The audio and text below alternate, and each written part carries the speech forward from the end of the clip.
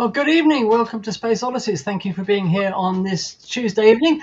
I'm joined today by a whole plethora of people. So let me just go around and say hi to everybody. First of all, we are honoured to have as our very special guests tonight, Drew and Art from the Kopernik Observatory, and they'll be telling us all about that. For my sins, I know very little, so I'm looking forward to learning about the observatory and the Science Centre. So thank you, gentlemen, for being here. All the way from the US. And we're also joined tonight by Mr. Ian McIntyre, who you probably know of, if not personally.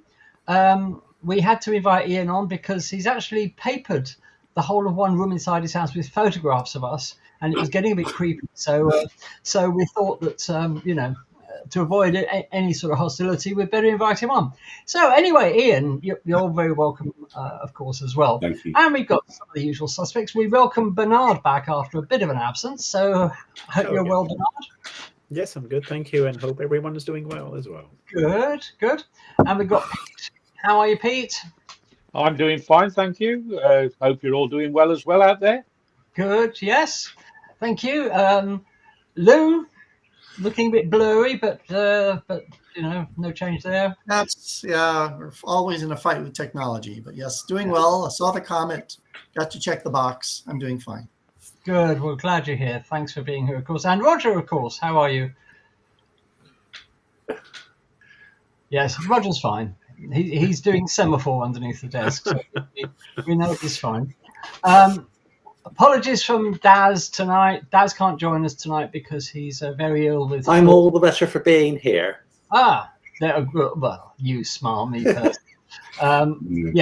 Daz is very ill at the moment with flu and he's in bed, so he sends his apologies. Because of that, there won't be a solar watch tonight, so I'm sure he'll hold that over until next week. Michael similarly is not very well today, so he won't be here either, unfortunately. But never mind, we've got enough to have a fabulous evening. Firstly, apologies for the technical problems we experienced last week when we lost the stream a couple of times. Not mentioning any names, but this was caused by a corrupt video, Roger, and our streaming provider tracked it down to it being a video that had been corrupted in when it was converted from one format to another. Anyway, I didn't want to bore you with the technical details, but anyway, we shouldn't have that problem again tonight. At least I hope not. So on tonight's show, as I said, Art and Drew are kindly going to tell us about the Kopernik Observatory. Hope you've all had a fantastic week. And what we're going to do first of all is just to do the usual bits of housekeeping. So don't forget, if you would like to support Space Oddities, you may do so in one of several ways. You can click the Super Chat button, which is the one with the $sign on underneath the chat. You can also buy the Space Oddities merchandise, which is here at the Space Oddities shop. T-shirts and hoodies for sale. T-shirts £25, including UK postage and packing. Hoodies from £40, including UK postage and packing. Please add £10 to the value of any foreign orders. And you can also, of course, support us by buying us a coffee. And again, just scan the QR code to buy us a coffee. Those links should have appeared in the chat, but unfortunately, there's still a bug in the software that we're trying to resolve with the software company, which means that the links don't appear in the chat. We're trying to get that sorted as soon as we possibly can, obviously. But any support you give us is gratefully appreciated. It all goes towards the upkeep of the channel. We don't make anything out of it. So if you would like to support us, you can do it like that. And as I said a little while ago, we are looking into expanding our range of merchandise. More on that soon. So where does that leave us now? I think the first thing to do this evening, we'll go straight over to the news, and we will have a chat with Art and Drew about the Kopernik Observatory. So just give me 1 second to sort this all out. And just a few items in the news tonight. Not much astronomy news this week of any note, but there have been a few things in space exploration. The first thing is that NASA have announced who's going to be flying to the International Space Station and back, obviously, the next year. and they've given all of the work to SpaceX. Now, if, you're probably aware, if you watch us regularly, the saga with the Boeing Starliner, which still has problems. Boeing still haven't got to the root cause of the problem with the thrusters. So NASA have basically said, we can't wait any longer. We've got to plan for next year. So SpaceX have got all the business ferrying crew and cargo to and from the International Space Station.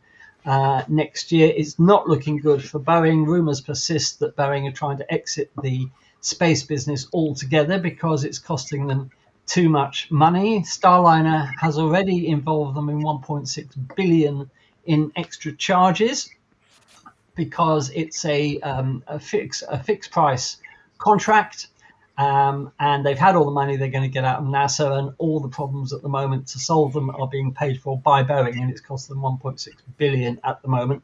They're shortly to announce losses in their sector of another 2 billion, and they haven't announced how much, but it's almost certain quite a bit of that is coming from Starliner. Then, good news for SpaceX, they've won some big military contracts, and what this is all about is that they've won military contracts worth $773 million to launch 9 missions starting in late 2025. They are 7 missions for the Space Development Agency and 2 for the National Reconnaissance Office.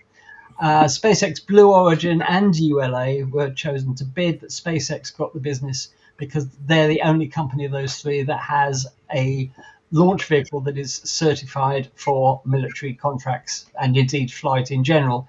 Because although the ULA Vulcan has flown once, as we know, it had problems because it lost a nozzle of one of the solid fuel rockets, and it won't be certified for quite some time for military use. And as we know, Blue Origin's New Glenn is still not finished, still hasn't flown. So SpaceX got the line, well, they got all of the business. They weren't expected to win all of it, but they did. So good luck, SpaceX. That's excellent news for them. Europe. I wanted to talk to you about a very interesting new project from Europe, from the ESA, and it's called the Moonlight Initiative. Has anybody on the panel heard of the Europe's Moonlight Initiative? Come across this? No. Okay, well, I've got a very short video from ESA to play you, which will explain it better than I could. So let's go to the video. Going to the moon was the first step.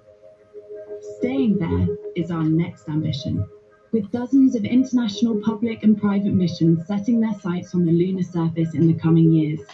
With the technologies we take for granted here on Earth, satellite navigation systems like Galileo or GPS, video calls, or even fast file transfer are very limited on the moon. Since the Apollo program, very few lunar missions have managed to land successfully.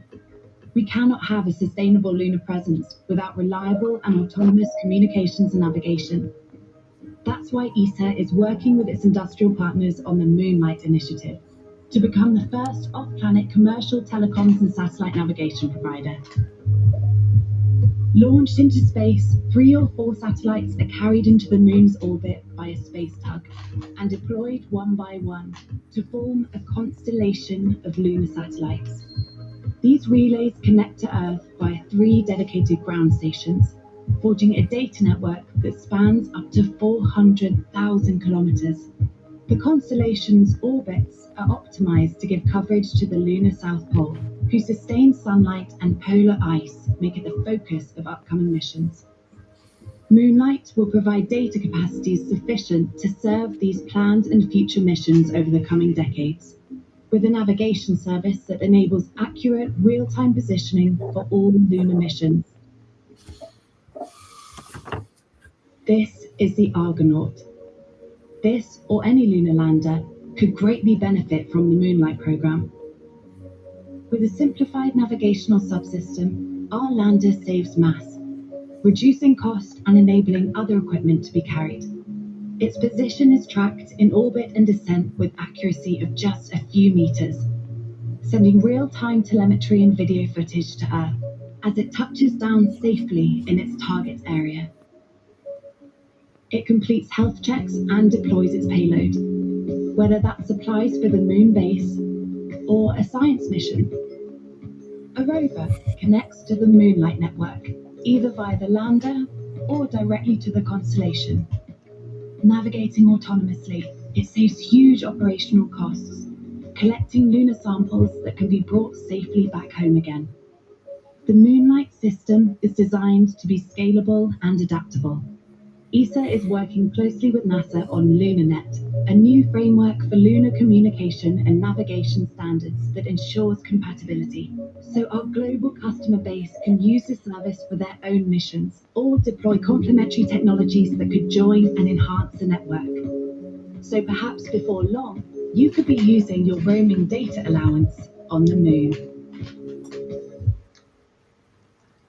So there we are. That's the Moonlight initiative. Quite exciting, don't you think? Very forward thinking. Yeah, absolutely. Because I know NASA have been talking for years that eventually they want to set up a sort of an intranet of the solar for the whole solar system. So this is obviously one of the steps towards that. Because as it said in the video, reliable navigation and communication data is going to be absolutely essential, because don't forget, several countries are going to be setting up base on the moon within the next few years. India, China, the US, and even Japan are talking about it. So we'll have to wait and see. So there you are. Not much in the news this week, but I just thought I'd share those with you. And there we are. Okay, so I think Andy. Um, sorry yeah. to interrupt you. Maybe this would be a good idea to have Ian present himself. Yeah, I was just about to do that very thing. Oh, fantastic. Yeah. So as I was about to say, we'll go over to Ian now. And Ian, would you like to introduce yourself? Tell people a bit about yourself. Not really, no, I won't bother. Okay, well, moving on. Okay. Yeah, I will, obviously.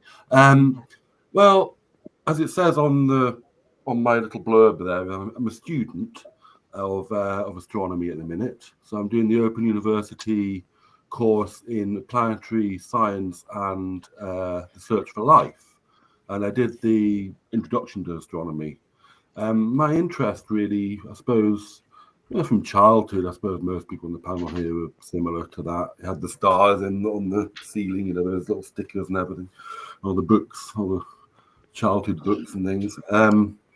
But when I became an adult later on, about 30 or something, I suppose, it suddenly dawned on me. I noticed this patch in the sky, which I suddenly realised was huge compared to how far away it was, the Andromeda Galaxy, of course. And it just blew my mind, really, just that fact that it's 2 million light years away or something, and yet still much bigger than the new moon, much bigger than the full moon, sorry.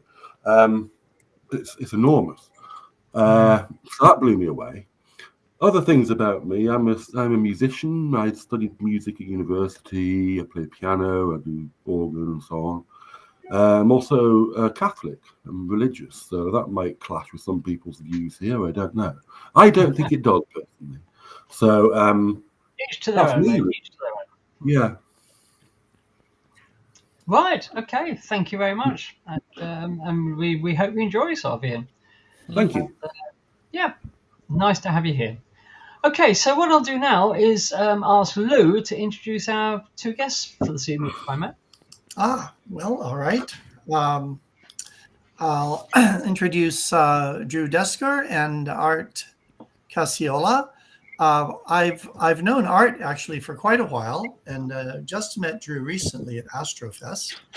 Art is a amateur astronomer who has been instrumental in our NASA Girl Scout Astronomy Club training over the last, 5 years or so, Art? Yeah. So I know him for the great work that he's done supporting the Girl Scouts. Drew, I met just this weekend at Astrofest at the Kopernik Observatory, and he is, would you say Grand Poobah or director or president pro temp? Executive director. Executive director of the Kopernik Observatory. And I went up there to give a couple of talks and do some observing, and it is an amazing facility, just incredible. So I asked Art and Drew if they would come on our show and talk about it a little bit, talk about the observatory, their telescopes and their programs. I think you'll find it quite interesting. So Art and Drew, take it away. All right, well, thank you. And I'll go and try to share my screen here and see if I can, I was able to share it earlier, and now, where is it? Oh, come on, seriously? Oh, here we go, window, that's what I need. All right, here we go. Hopefully you should see the first slide. Yep. All right. There we go. All right. So I'm Drew Desker, and it's the Kopernik Observatory.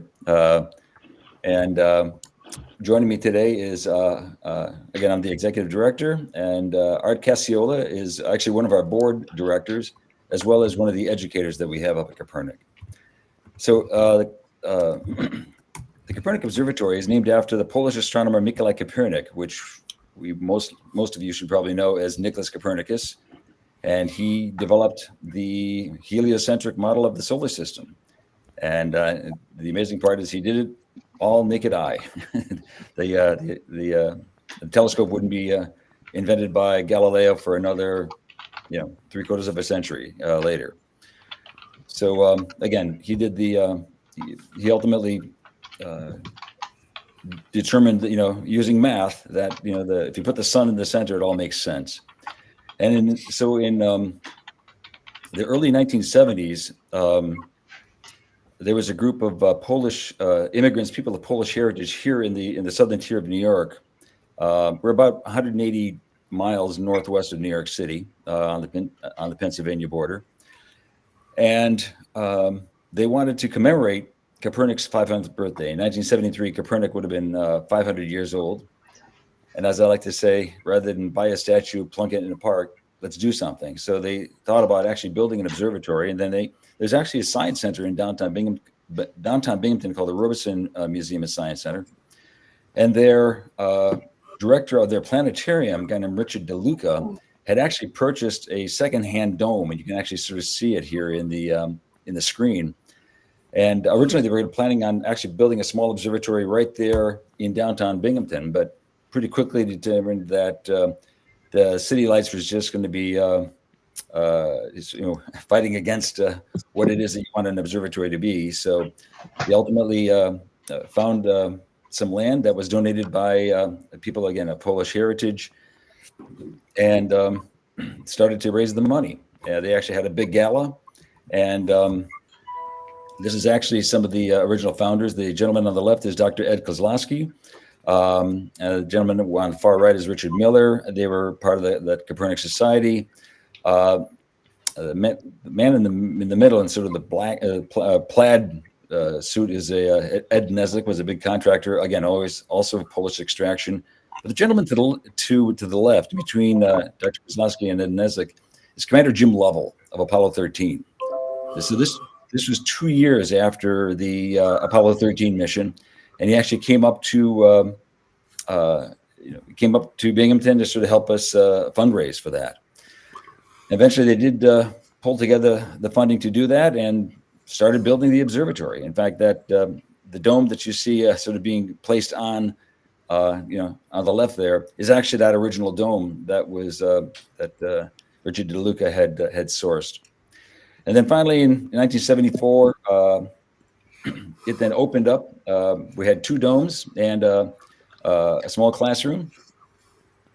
And then it was donated to this Robeson Museum and Science Center down in Binghamton. And they ran it for about 33 years or so. In the 1993, they had pulled together some funding for a major expansion to ultimately what it looks like today. So they added about 5 times the floor space.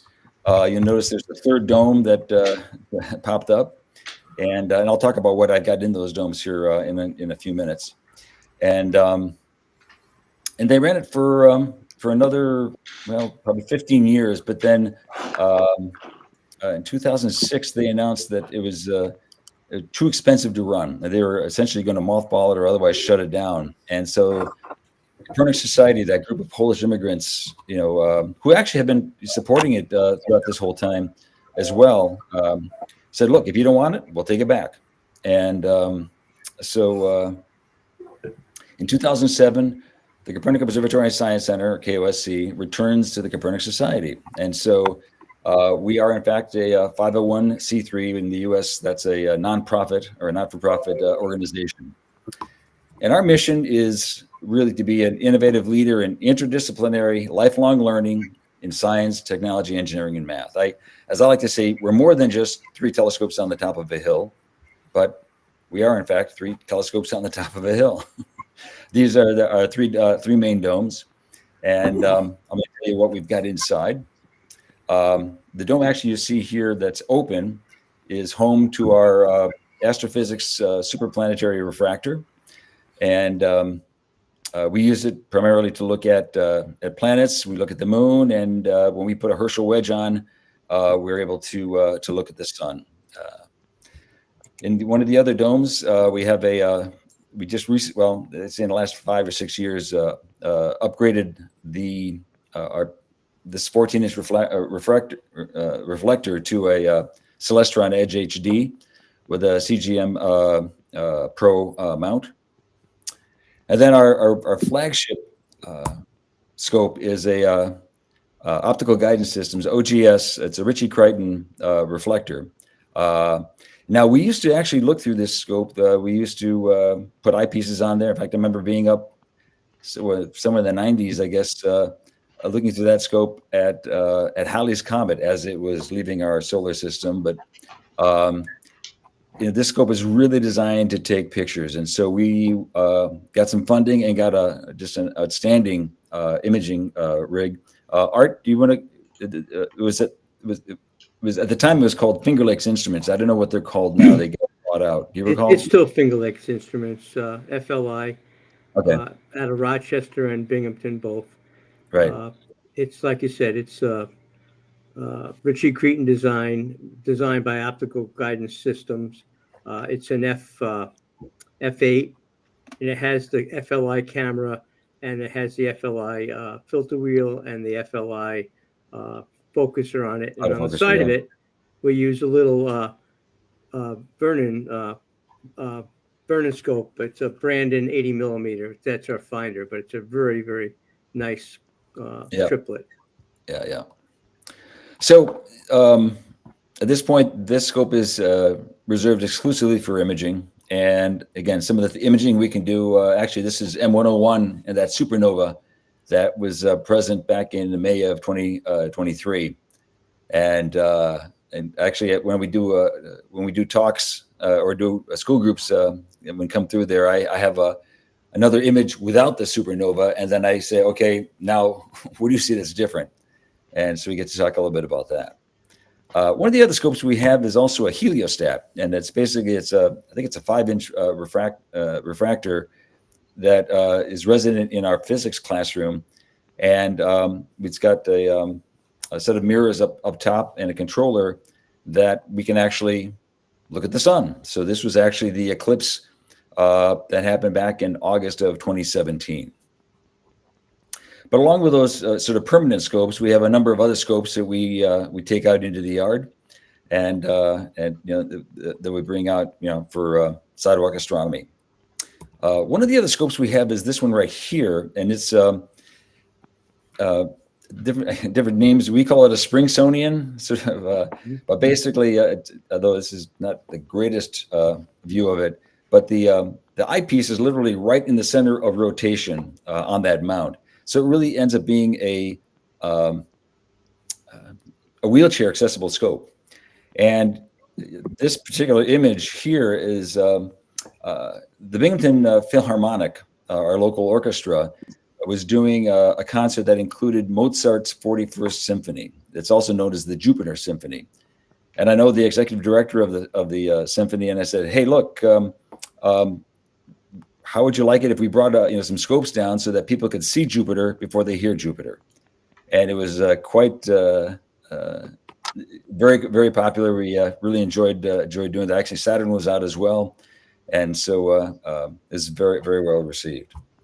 But So beyond that's astronomy, I'm sorry, go that's ahead. a Springstonian mount, a Springstonian design on a Dobsonian telescope. It's specially made for us by New Moons Telescope, and it's dedicated to Andy Teleska, who is one of our local solar system ambassadors who passed away a few years back. Yep. It's an 12-inch F12. Right. Thanks. Besides being a public observatory, we are really a STEM education facility, and we offer a wide range of programs. One of which actually is coming up pretty soon is we offer a thing called Girl Power Science, and it's really aimed at girls between grades 3 and 8. And there'll be a topic on some aspect of STEM, and we always strive to have some sort of a female subject matter expert talk about the work she does.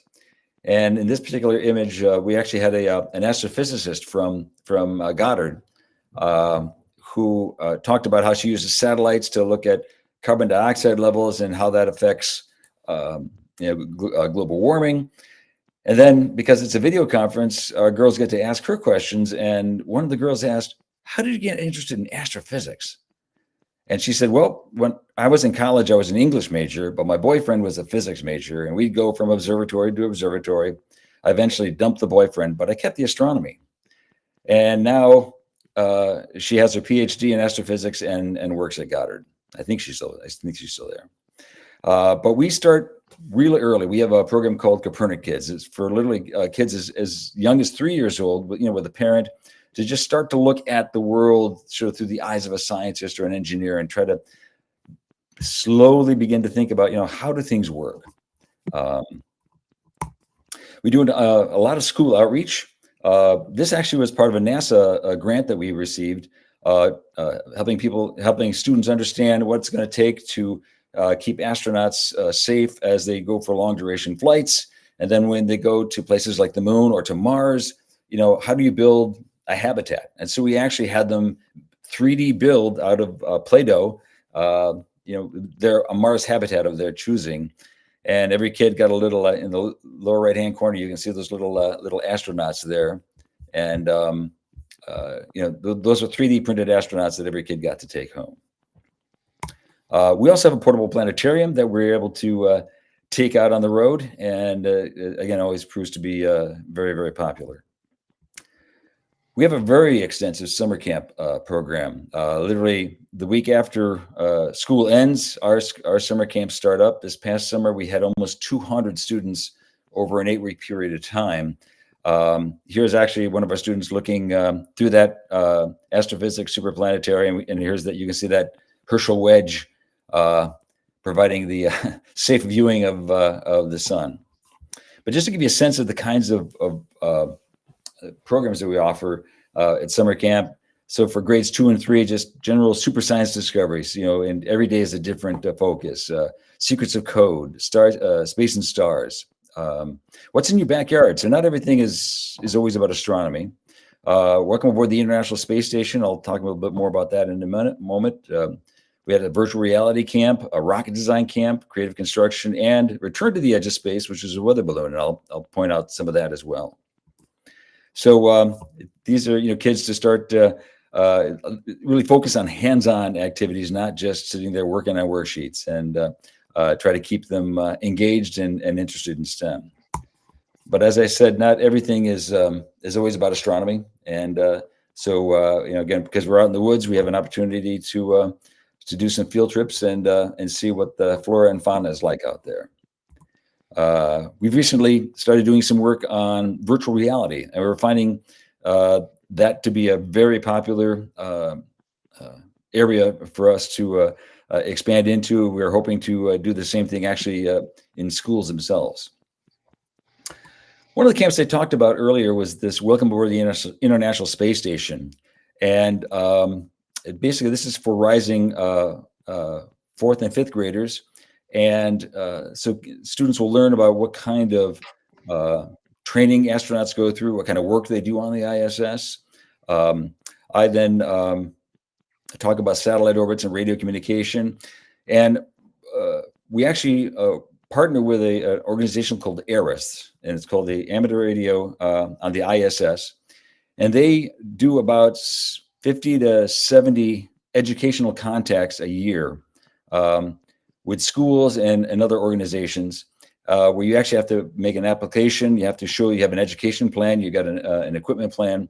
And what this ARIS contact is it's actually using the ham radio station we've got at Kopernik, and talks to the ham radio station that's on the International Space Station. So there's no other, it's not going through TDRS or anything else. It's direct communication between us on the ground and the ISS. So as I mentioned, we get to talk about various types of orbits, explain where the ISS is, but then talk about geostationary orbits and all that. We show them tracking the software that allows us to know when the satellite's above the horizon, which is when we can talk to it. We then, of course, talk about the actual ham radio equipment that we're going to use, both the transceiver and then the antennas that we'll be using for that contact. Part of the hands-on activity also is that the kids actually make their own ham radio antenna. So here they're making what's called a tape measure Yagi. A Yagi is a sort of a multi-element antenna. And this technically, you could actually talk to the International Space Station using this antenna and even like a 5-watt walkie-talkie, believe it or not. We, of course, have to then take a nice picture of all the kids with their antennas, aimed somewhere toward the space station, although they don't actually use this when we're actually talking on the space station. We've been very fortunate to have been able to do this about 7 times. And this past summer, we had another opportunity. And again, because it's a ham radio contact, you actually have to have a ham radio operator that operates the equipment, a licensed ham radio operator that actually presses the transmit button. And in this picture, this is actually one of our students on that camp. His name is Jackson Peck, and he actually studied for and got his ham radio license in order to be the control operator for that for this last ISS contact. In fact, actually, technically, this contact, ham radio contact that Jackson did was really his first legitimate ham radio contact. So everything from here on out, it's been a bit of a downer, but anyway, hopefully he'll stay interested. And now, because we can only talk to the ISS when it's above the horizon, we have to go through a sort of a rehearsal with all the kids, where we actually have them stand up in front of the microphone. After we establish the communication, they then ask their question, they say over, and then they move aside so that the next student can come up to the microphone and be ready to ask their question, so that we keep the dead air down to a minimum. And but we always have to run a rehearsal of one of these of this process. And so every kid has a 3x5 card with their question on it. And a few years ago, I was running one of these rehearsals. I'm a ham radio operator, so I get to go and I go into another room with my ham radio walkie-talkie. I get to be the quote-unquote astronaut. So I provide feedback to them. You're not talking loud enough, you're mumbling, whatever. And so during the rehearsal, one of these kids, his question was, do you have children, and how do you communicate with them while you're on the station? But what I heard over my radio is, how do you have children? Well, you can only imagine what I was thinking. So, so I actually got back on the air and said, I don't think he's prepared to answer that particular question. But I'm actually really glad this happened, because it's really a great example of how, unless you're really comfortable being in front of a group of people talking, maybe it's good to rehearse what you're going to say. So let's try that again. And so he was fine. Then that evening, I'm on the phone with my NASA contact. I said, okay, all the equipment's set up. We rehearsed the kids. I told him that story. There's a bit of a pause. He goes, oh, that would have been a first. They have about 200 or 300 standard questions. Where do you sleep? How do you eat? Have you seen the UFO? But how do you have children? To my knowledge, still has not been asked. And a couple of years ago, one of our students asked the question, what happens when you sneeze during a spacewalk? That's an interesting thought. He says, well, you're outside, you're in your spacesuit, you feel the sneeze coming on, and he said normally what you do is you just bend your head down and sneeze down into the void, down in your chest. But one of the times the sneeze completely caught me by surprise. All the boogers went on the face shield, and I'm thinking to myself, that's got to be the first time boogers have been part of one of these answers. But anyway, we also talk about the local astronauts that grew up in the southern tier. On the upper left is Eileen Collins, grew up in Elmira, and about 60 miles from Kopernik West. Gentleman to the right is Doug Wheelock. He's actually a ham radio operator, and he is actually on the ham radio station on the ISS in that picture. On the lower left is Dan Birch, grew up actually in the town of Vestal.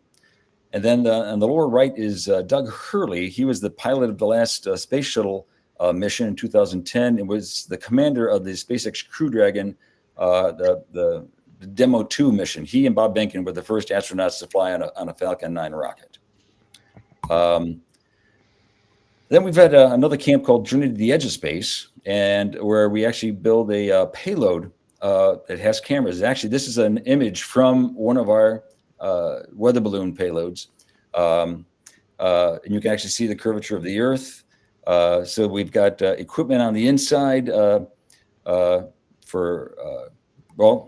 helps power the. We have 3 GoPro cameras that we run.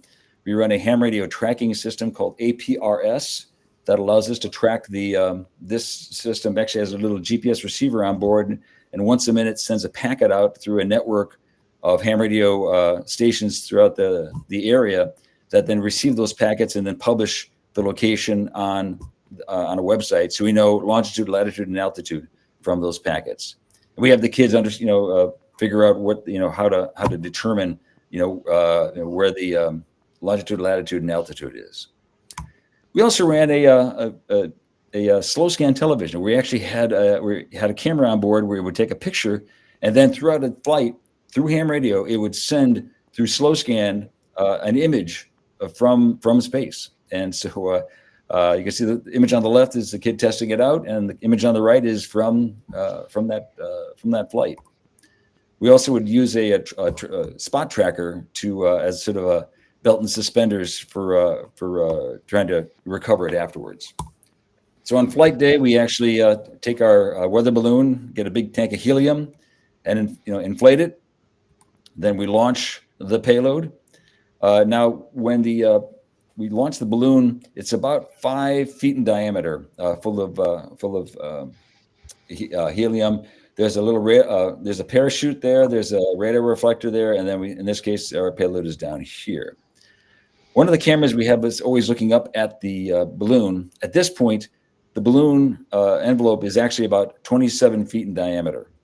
Then 40 milliseconds later, you start to see the envelope disintegrate, rapid deassembly, and you can see, just for every 40 milliseconds, it just continues to move. Let me see if I can run this little video here. This is I've got 2 videos. This is just before bursting, and it's right now a nice easy ride. It will change pretty quickly. Sorry, can you let us know again how many miles is that? Oh, this is up at about 20 miles high, over 100,000 feet. Wow, look at that. Gosh, that was sudden. Yeah. Now you'll see a little antenna pop up. That's antenna for the radio, for the APRS beacon. But let me move on here. The balloon we launched this past summer had an interesting situation in that when the balloon burst, it managed to disconnect the parachute from the rest of the flight line. And so it basically came down pretty darn fast. I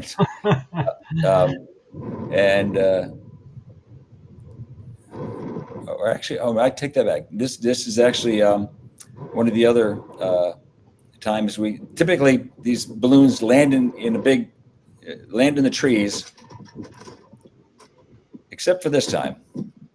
They actually found that one little hole in the tree, and then we actually managed to track it down about an hour later, and we got it. Say hello. Wow. So cool. Yeah. So what's in the payload exactly? Yay. So the payload is, again, typically we have the tracking, the two tracking devices that slow scan television system, but then we've got 3 of the GoPro cameras on board as well. Fantastic. Yeah. And that's that. Okay. Now, also at Kopernik, we've been working with some university students using a Raspberry Pi to capture images from the NOAA weather satellites. So these are the APT satellites that operate at 137 megahertz and are in low Earth orbit. And so image on the left is sea temperature. Image on the right is just overall temperature. And this is a combination of infrared with precipitation. And the software draws the map for us. And so this comes down, we get 2 or 3 images or 2 or 3 passes every day, or in the morning and in the evening as well. We also have a one looking at the GOES weather satellite, gives a full disk. In fact, you can sort of see that hurricane in the middle is Hurricane Beryl, and one of the subchannels, you get a nice look. And this is all being captured by a Raspberry Pi and a relatively modest antenna.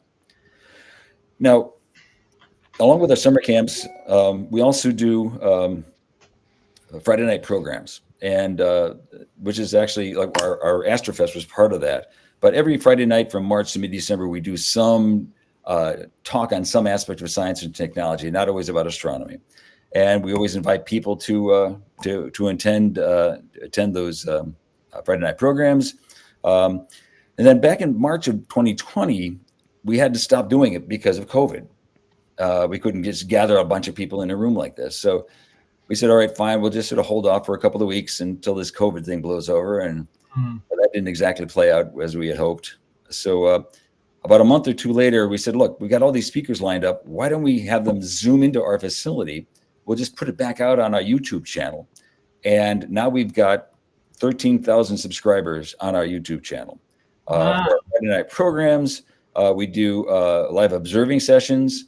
Well, you can see our Astrofest, both days of our Astrofest were around there. And what's great about this is that they all those videos stay on our YouTube channel. So if you missed a presentation or you want to go back and revisit something, you can go and do that. So we had to talk about World Space Week in the fall skies. I did a talk on ham radio. We had an International Observe the Moon night. Then we had somebody talk about straw bale building, using straw bales as the main insulation for homes. So it's not always about astronomy. We also have a STEM themed playground, and this is a picture that one of our employees, Jenny, took, and you can see a bit of the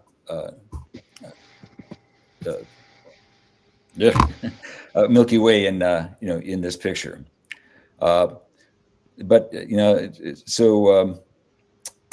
But also sometimes on Friday nights, interesting astronomy things happen. So this is Comet Atlas that was just last Friday, and we were able to capture this image.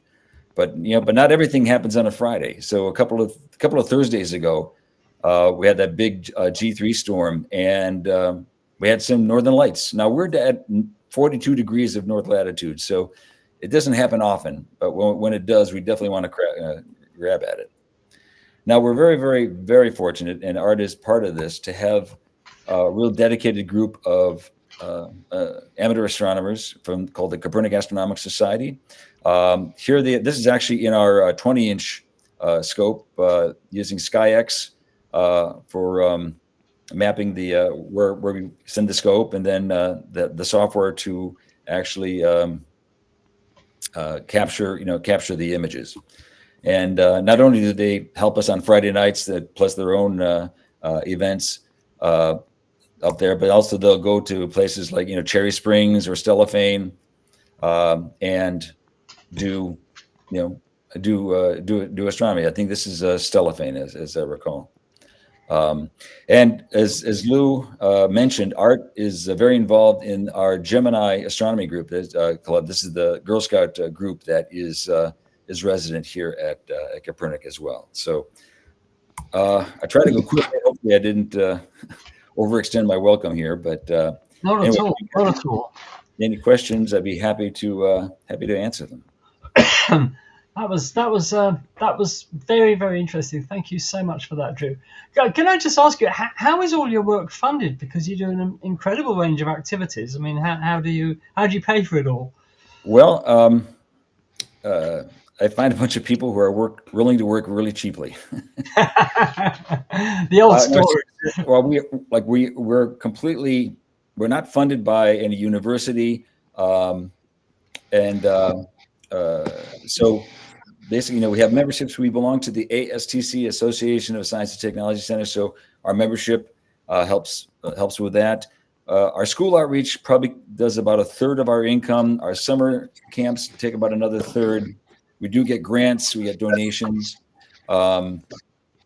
Somebody was asking about the rocket building camp. Actually, I could talk about that briefly. So we have one of our summer camps is actually a rocket building where they will start. We'll literally talk a little bit about some general rocket design. We'll start out with air rockets where they take a piece of paper, wrap it around a PVC tube, make a nose cone, put some cardstock fins on it, and use an air compressor to send it off. Eventually, they build those commercial Estes rockets with the solid rockets, and then eventually they build their own sort of Frankenstein version of their own rockets and launch them. Sometimes 2-stage rockets and different recovery systems. But also we do a thing called Rocket Fest, where we used to do, we would have 3 sessions, one at 9, one at noon, one at 3 p.m., where families would come up to build those, rocket kits by Estes or whomever. And then they put it together, then they go out and spray paint it, and then they would immediately hand out this wet rocket to us to have to put the engine in and launch. Right. When COVID happened, we said, look, we can't get people together again. We skipped a year and then said, well, hey, why don't we just have them build it at home? So they would come, they'd get their kits in advance. They'd have 2 weeks or so to build their kits. So they'd have it all pulled together. We even offer a Zoom consultation session. So if they're running into problems, they can plug into that Zoom, show us what you got. You need to put this backwards or whatever. And then they come up with these little launch windows. And this past June, we launched 120 rockets in one day. Wow, 120. Goodness. 120. Yeah. God, I'd love to be a kid again. But it's not always kids that come up too either. No, I'm sure. There are adults that come up as well. Absolutely. It must be so inspiring for them. It is, and I think, there's when I talked about that girl power, I use that as an example that I really talk about planting seeds. Just like that woman who was going with her boyfriend from observatory to observatory and eventually became an astrophysicist. You never know where a seed is going to get planted. And so that's really what we try to do. Early on, starting as young as that, Kopernik kids. But then we also, with our public programs, really try to promote lifelong learning. I keep saying, I'd love to live another 300 or 400 years. When I was my daughter's age, I used to have to walk to the TV to change the channel. Now I can just watch on my iPhone. What's going to happen in another 50 years? I'd love to be around for all that. Me too. Well, not just for that, but for everything, really. So there are. Any other questions, panel? Yeah, I do actually. Thank you very much, Derek. That was Drew. That was really good presentation. And thank you. I have a question, but before I go to the question, I just wanted to say that what the Copernicus Observatory has gone through reminds me very much about an association I'm part of here in the UK, in the Midlands, near the city of Nottingham, which is the Sherwood Observatory. And it was also created, out of the interest of a few people in the 1970s, they built their own observatory. They had this 20-inch telescope, and then with time, they just managed to, following their passion, managed to aggregate more and more people to get together, and now they've just finished. They're in the final stages of building their Science and Discovery Center that cost £8 million. That got funded by lots of different funding agencies throughout the UK, and it's really exactly what you're going through, what you're explaining, just incentivizing the youth and all the rest. So it really resonates with me, and I just think it's fantastic. So well done for carrying on that torch and doing a fantastic job. Thank you. It's really fantastic. My question to you is, I love this idea of creating your own, not creating, but launching your own helium balloons, attaching some GoPro cameras and just seeing what's up there, right? Yeah. And my question to you is, if ever I would like to launch this type of initiative with the association I'm part of, what are the recommendations you would have with that? And I was thinking more maybe about aviation authorities maybe, and things like that. Could you just give us a few bullet points on what to be careful of? Thank you. Yeah, so at least here in the States, as long as the payload itself is under 4 pounds weight, not cost, you don't technically have to let them know, but we would do it anyway. And so there is a local airport that's about 8 or 10 miles as the plane flies from our facility. So we let them know. But then the local airport is only really worried about what's between the ground and about 8,000 feet. Then after that, we then had to go to New York City Center. So we had to contact the FAA a week in advance to say, this is what we're going to do. There's actually software out there that provides some reasonable forecast as to where, if you can say, okay, I'm going to launch on a Wednesday morning at 10 o'clock a week from now, and my payload is this much, and I've got this kind of a balloon. They actually give you a pretty good idea of where it's going to head, so that they start knowing where to start sending what they call a NOTAM, notice to airmen. So you definitely have to communicate with them on that. We actually do I make sure that the kids, participate in all of that, in all of those calls. We do that prediction software, and they're involved in, putting the payload together, getting. We actually got a local chemical gas company to donate us for the last 2 flights. Donate the helium, which is a non-trivial cost, and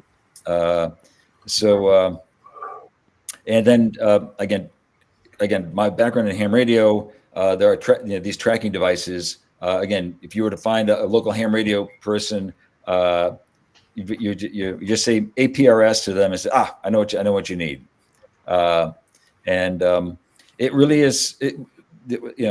In this particular, there's a couple different ways you could do these balloon projects. The one we do is, I just want to go up and down quick. So we inflate it to the point where it will go from launch to where it finally bursts is 2 to 2.5 hours, and then another, maybe half an hour to 45 minutes, depending on the parachute, provided it stays on the flight line, for the way back.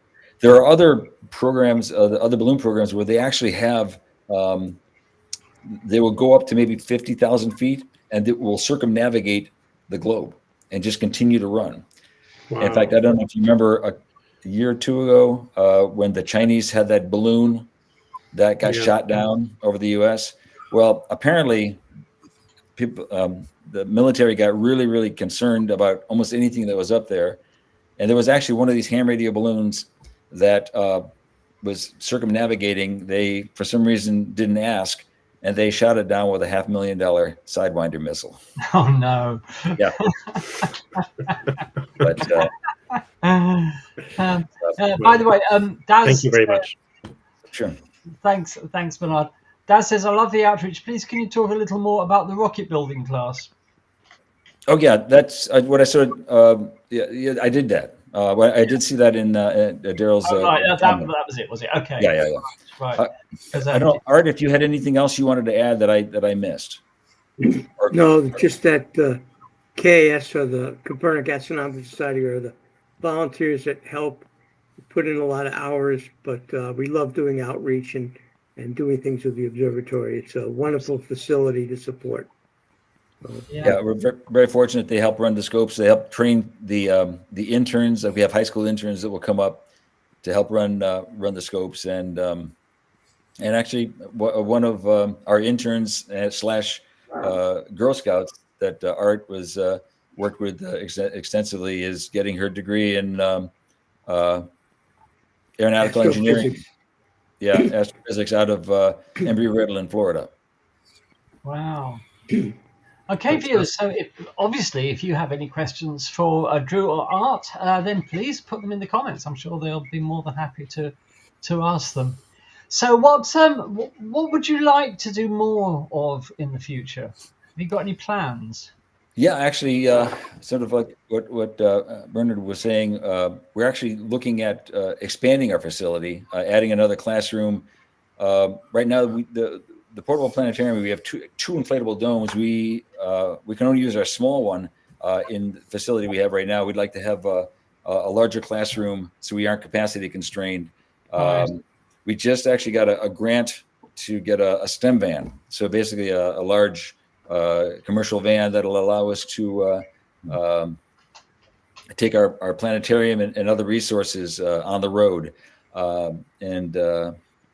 So it's trying to expand our outreach.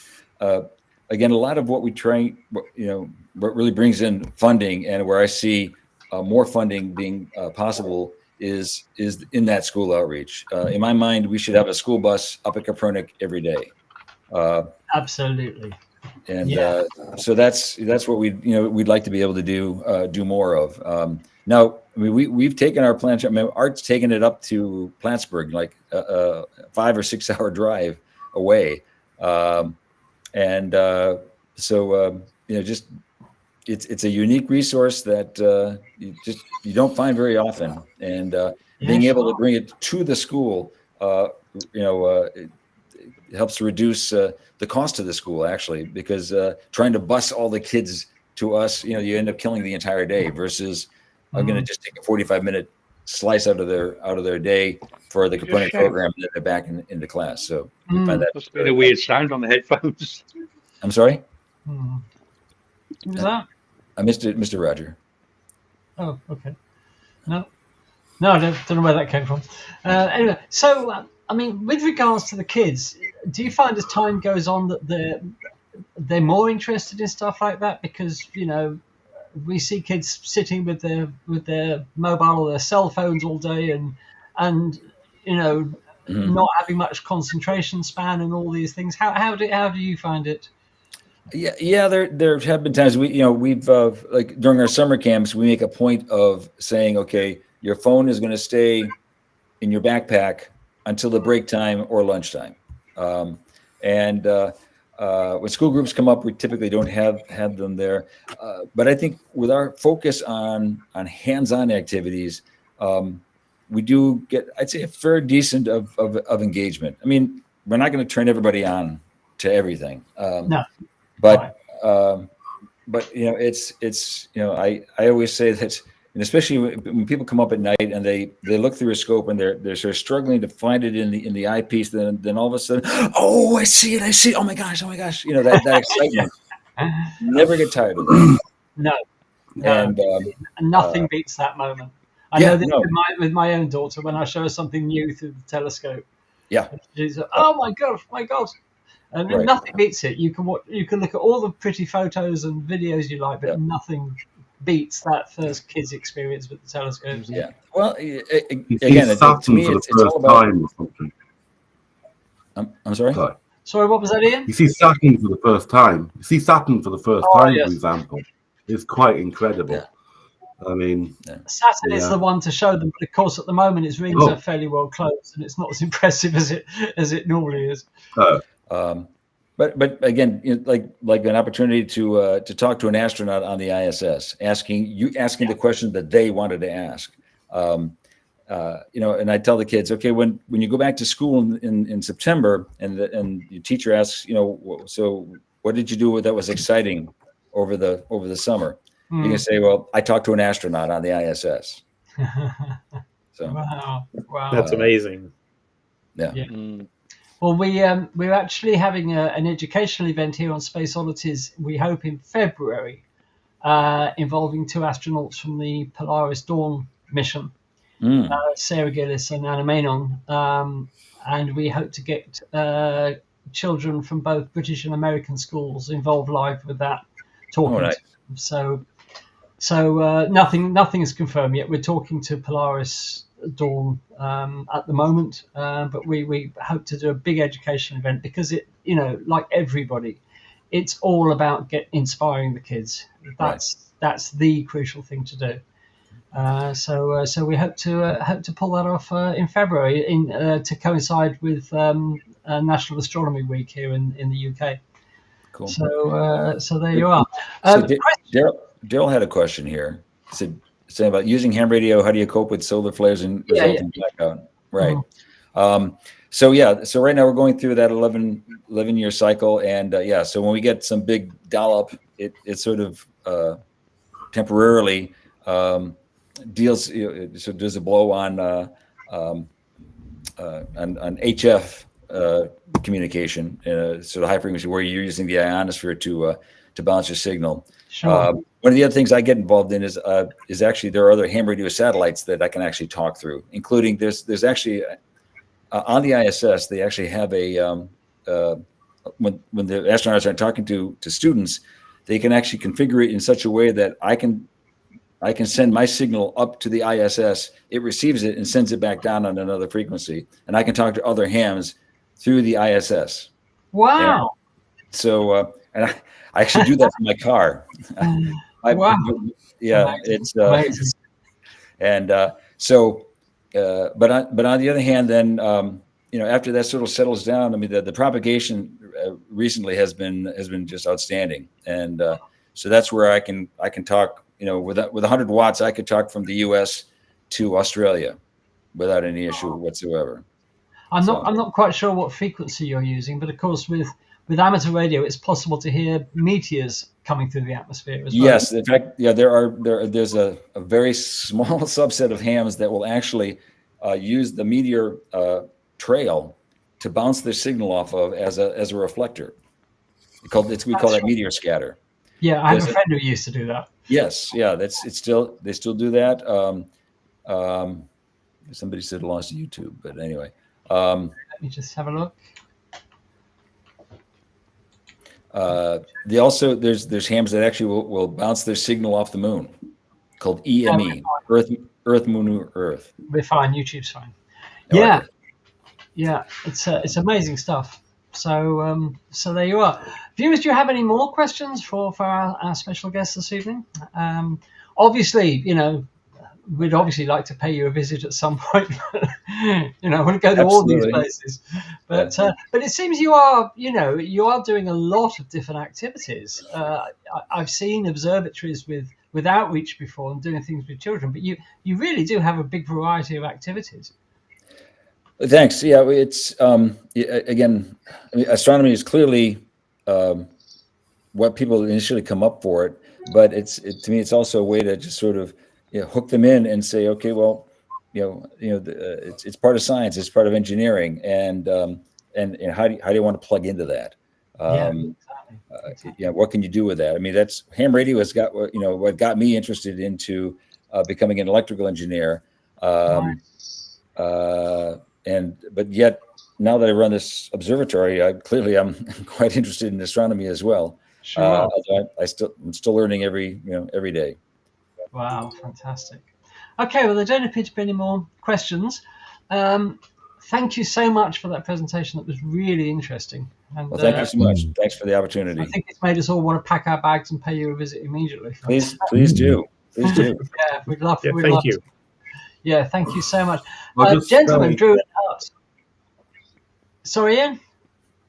Yeah, I was going to say, I'm jealous as well, like Graham. I wish I'd grown up somewhere near, somewhere like Kopernik. Yeah. Yeah, me too. Me too. Mm. Yeah. I mean, the place the place where I was born in the southeast of England. I walked down to the local library, and it turned out that a Scottish astronomer who'd won awards for his astronomy built a planetarium inside the library, and it had a dome that was only about 6 feet across. You couldn't get many people in it, but he'd done it all himself. And the kids absolutely adored it, and he always had waiting lists of schools wanting to get in there. So these things are very, very important to support and do.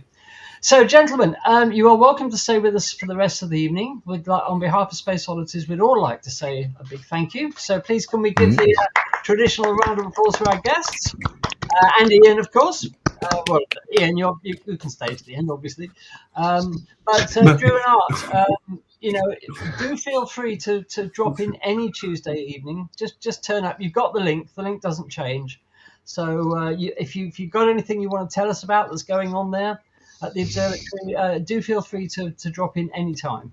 We'll do it. If we know we got some special, observing live stream or something that's going on, we'll definitely let you know. Thanks. Yeah, please do. Please do. So, I'm going to have to pull up because I've actually got another commitment here in another 10 minutes. So. Okay. Well, thank you so much, Drew. It's been great to meet you, and thank you for being our guest this evening. My pleasure. Okay. So I think what we'll do now. Are you ready, Roger? I think we'll go over to Roger. Yes, I'm ready. Okay. So let's. Good man. Apologies that we didn't have Roger with us last week, so we didn't have the gallery last week. So no, I had a better offer. Yeah, not surprising. yeah. So what? I suppose we got quite a big gallery this week as a result, have we? There's been quite a few coming through this week. Well, we did have quite a few. No thanks to Peak and others. Okay, well, we'll let you get straight on with it. So let's go over to find out what's up in the night sky. What's happening with that comet? Because I haven't managed to find it yet. And, oh dear. Well, we've had very hazy nights the last week or so. So there is another comet, but we won't be able to see it. Well, that's a lot of good, isn't it? So yeah. No. What are you telling us about it for? Yeah. Southern Hemisphere job. Oh, right. No, that's no good to us then. All right, then. Well, I'll pass straight over to Roger for the Sky Guide and the gallery. Right. Okay. So here we go for the 22nd to the 28th of October. Another month's nearly gone. So what have we got for this week? Well, we've got the waning crescent gibbous down to crescent moon as we get towards the new month. This was currently what it was like last night, although it was visible till lunchtime-ish today. So if you want to have a look at the moon, please go ahead. Right, so we have in the night sky, we've got a few planets, and we've still got the last viewings of the summer triangle now setting over in the west. But we are now getting the winter constellations coming up from the eastern horizon. We still have Saturn, which isn't too bad. The maps I've got here are for midnight. We've got Saturn, we've got Uranus, we've got Jupiter, we've got Mars. Obviously, Jupiter and Mars coming up through will dominate the eastern horizon as it comes up, Jupiter being the brightest thing that we can currently see in the sky. So as we progress on, we can then proceed to see what we have just before sunset.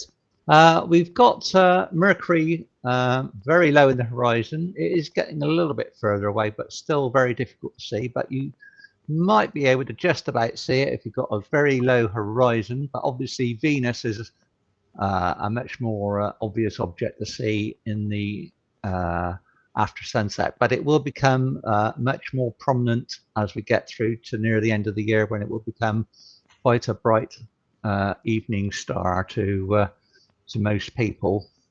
and they might think it's the Star of Bethlehem.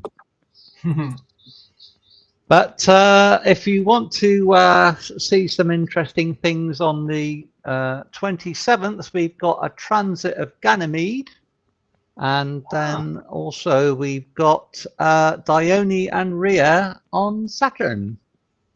We've got the transit and the shadow transit to follow on, which can be quite interesting, although it will be a bit of a challenge. So you will need a fairly good size aperture telescope to be able to spot the actual shadows on the surface of Saturn, but it is an opportunity that would be of interest. So, okay, so we've got Comet A3 Shunajin Atlas coming through a Fucus at the moment. It has passed perigee now and is gradually diminishing in magnitude to, unfortunately for us, but each night it does present itself a bit higher in the sky after sunset, so all well and good with that. But we also do have, while I go on to the this other comet, which is C24 S1 Atlas. It's currently magnitude 6.6 at the moment, which is about what A3 will be very shortly. But allegedly, in a week, it could be down to minus 5.6. Wow. But yes, that's a rapid change in brightness, and that's just down below Virgo at the moment. So unfortunately, when Virgo is up in our skies in the northern horizon, it's just too bright this daylight. So unfortunately, those people in the southern hemispheres will have more of an opportunity to see what this possible bright comet might be like. But apart from that, I can't see any more about that. Okay, so we do have a gallery tonight, and here's my contribution to the endless pictures of the comet. This was taken during last week. This was a view of the night sky, and this one on the right, the main picture, that was taken last night, and it has produced quite an interesting non-tell, although I haven't managed to process this single image with the anti-tell on the front, although that is still a thing with that comet. So it's been quite challenging to see if the weather conditions aren't quite right, because of the phases of the moon that we've had over the last few days. It has become a bit of a challenge to see it. So if you know roughly where it is, you need to point your camera up at it to see exactly where it is to capture these images. Okay, so we've got an image of some aurora from Alan with his iPhone, and got some quite amazing rays there coming on pillars. Yeah, coming through there. Well done, Alan. That's fantastic. Well, that's very good. Yeah. And this is one that Ian had sat in of a friend of a moon over Inverness. So got quite a nice glow there. Yeah, lovely. And then there's the picture that Ian tried to take, and he had a slight mishap with the picture. And this is what he got. We've all done it, Ian. We've all done it. Yeah. So we've got what they call a bouquet effect of the moon and the lights in the on the street there. Unfortunately. At least he tried. Yeah. Quite an artistic interpretation. And here's one that Ian taken in the morning of a rather nice sky of the morning from his window. Is a nice morning sky, isn't it? Lovely. Yeah, lovely. Very nice. Okay, so we've also got one from Graham, his version with the sea star. And this is what he's managed to capture. Oh, wow. Oh, wonderful. Got some nice that sea star just seems to get better and better, doesn't it, with the right processing? Yeah, with the right processing. So he's done all right there. Yeah. Well done. Very nice. Fantastic. Right. So Mark's had a bit of a problem with his with his skies, haven't we all? So this is what he's processed from last year of the Andromeda Galaxy. And this was with a astro camera on a Canon 100 to 400 lens at 300 millimeters. Oh, Wow. Pete, you've got a rival there, mate. Yeah, it's come out rather I like well. Wow. Lots of Fantastic. details there. Look at that. Obviously, his processing skills is up to par for this. Yeah, amazing. Very good. Wow. Okay. Oh, here's one from Pete of the that's Orion one. Nebula with a 90mm TAC, 5-minute exposures of the red, green, and blue. And this is what he's managed to produce. Wow. Wow. Got some nice details of the Running Man as well there. That's amazing. The boy done good, as they say. Yeah, he's got possibilities. Yeah, he has. Yeah. And just to follow that, he's got the Pleiades as well.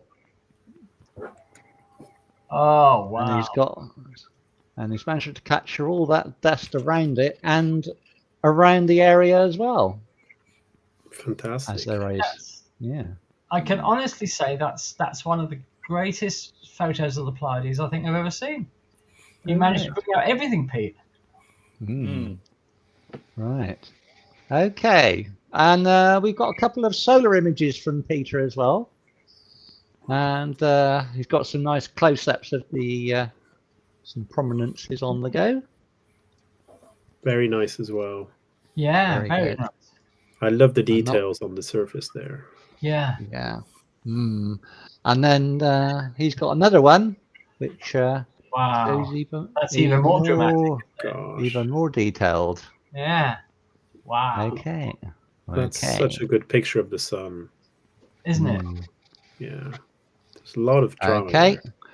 And we've got an interesting one that Gerald McTaggart took with his Sea Star with the white light solar filter.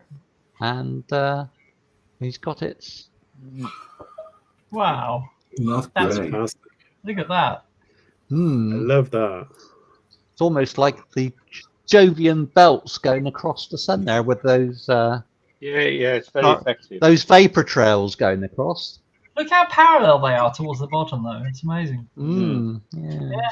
Amazing. Well done, Gerard. That's lovely. That's definitely, as we were saying on Facebook, that's definitely one for a T-shirt. So that'd make a lovely T-shirt. Yeah. Yeah. Well done, everyone. Unfortunately, when I uploaded the video, I had a problem with my computer and I lost all the gallery pictures from last week. So unfortunately, I've only got this week's gallery to show, unfortunately. Okay. So, but that is what we've got for this week anyway. Yeah, sorry about that, viewers. You know how technology doesn't like us sometimes. Does it like anybody? So if you sent in a gallery picture for last week, if you'd like to send it to us again, we'll show it next week, definitely, because we want to make sure Definitely. that all of your pictures. There was, because there was some interesting aurora pictures amongst the entries that we did have. Yeah, absolutely. So anyway, thank you all for sending in your images. And if you would like to send in an image to, or more than one image to our gallery, you just attach it to an email, one image per email, if you would be so kind. It makes things a lot easier for us. Address it to spaceodditieslive@gmail.com. That's spaceodditieslive@gmail.com. And if you could include the word gallery somewhere in the subject of the email, that will ensure that it's picked up automatically and put in the requisite place, making it easier for old Rog to put everything together for our Tuesday evenings. So thank you for that. We do love seeing your images. Keep them coming in, because we absolutely adore going through them and sharing them with you. And thank you. And thank you for your contributions and your support. Well, I think unless anybody's got any more questions for Art, does anybody have any more questions for Art? No. Let me just have a look in the chat. So unless you viewers have got any more questions for Art, I think we'll start drawing things to a close for this evening. As I said earlier, Daz is not very well at all. He's very poorly, although you'll see him in the chat. but his voice wasn't terribly good, and he won't be doing his Solar Watch regular column, if you like, for tonight. But I'm sure he'll be back at it next week, all being well. And but it's been a very quiet week on the Sun anyway, so I don't think there was much to report this week. There is some stuff coming up, because one of the projects I'm working on at the moment is looking with one of the satellites. We're looking at the data coming back from behind the Sun. And Right. There's going to be there's some interesting stuff coming round. I'll let you know that. Really? It will be.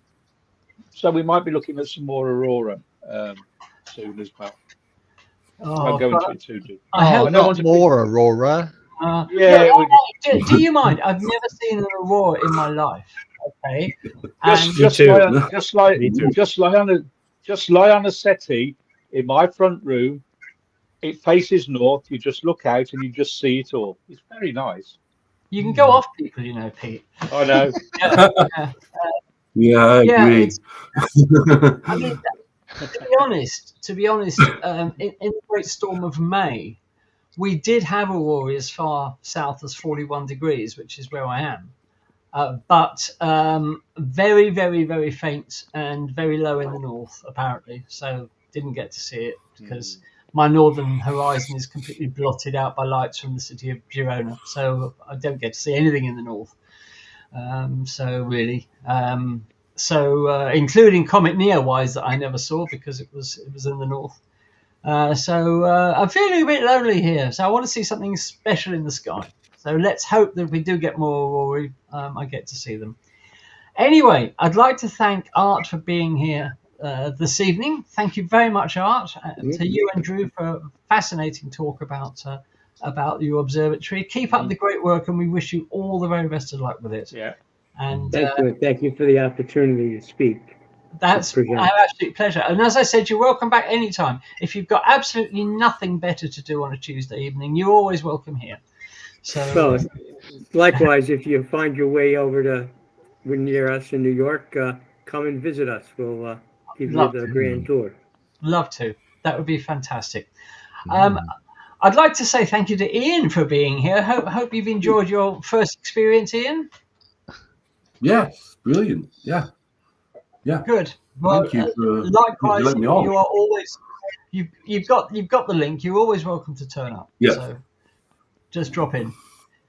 And I'd like to say a good evening to Bernard. Thank you for being with us tonight, Bernard. We don't get to see you often these days because of your other commitments. You've been committed many times. But, it is what it is. But look, I'm always excited to be here. I really enjoyed I'm sorry you missed the Europa stuff we were doing. But anyway, the Clipper is on its way, Bernard. So we've got that to look forward to. Absolutely. So, long time to wait. I know. I think it's April 2030. It goes. It enters the Jovian system. So we've got a long time to wait. Yeah. But it will be worth it. I just know it'll be worth it. As all these missions. Yeah, absolutely. Bernard could have another amended version of his book. Totally. That's right. This is going to keep him in books for life. You know this. Yeah. Isn't your book about imaging systems of spacecraft due for an update as well? Or does that fill you with horror? That actually fills me with horror. Not that it's a bad book, but I'm much more right about science than about space technology. So, but it was a great book. I mean, if you haven't read Bernard's two books, one on the ocean worlds of the solar system, which he's just completely rewritten and was published in August, and the other one about the history of imaging systems on spacecraft, and that may not at face value sound very exciting, and believe me, it wasn't. Believe me, it really was. And I loved it. Thank you, Andy. I was thoroughly engrossed with it. Very interesting. Thank you very much. While we're about it, we should plug Mary McIntyre's new book as well, the Stargazer's Bible. So yes, I've got that. Good one. I can vouch for that. It's a great book. Yeah, and we hope to have Brian Jones on soon talking about the new edition of the Yearbook of Astronomy and what's in it this year. So, so we look forward. Already got. Yeah, I'll look forward to that.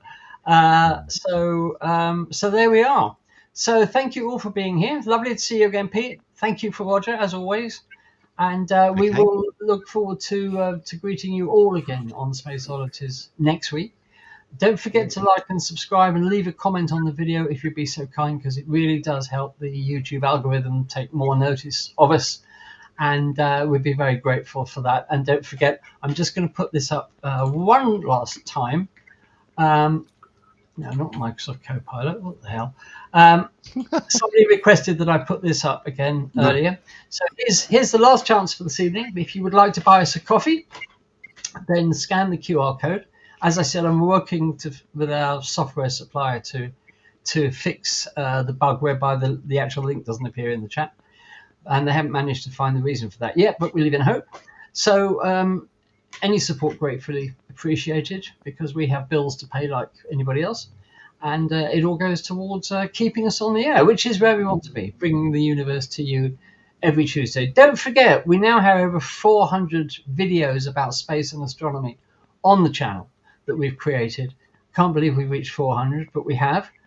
So do go and have a look at some of the playlists on the YouTube channel, because I'm sure you'll find something there to interest you. We've got a few new videos in the pipeline that will be published on the channel very shortly. And that's it. So from all of us at Space Oddities, take care of yourselves. Have a fantastic week. Stay safe. Thank you for being here again. And we'll see you next week, same time, 8 o'clock UK on Space Oddities. So from all of us, good evening.